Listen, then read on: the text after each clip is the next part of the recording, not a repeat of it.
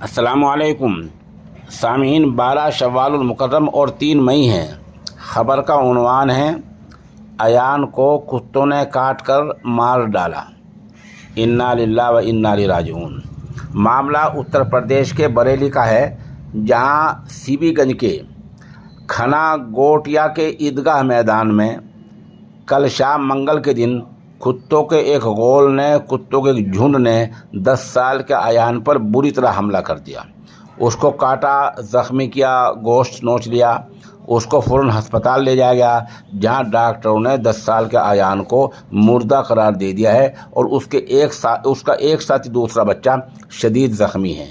معاملہ بریلی کے C B گنج کے کھنا گوٹیا کے عیدگاہ میدان کا ہے۔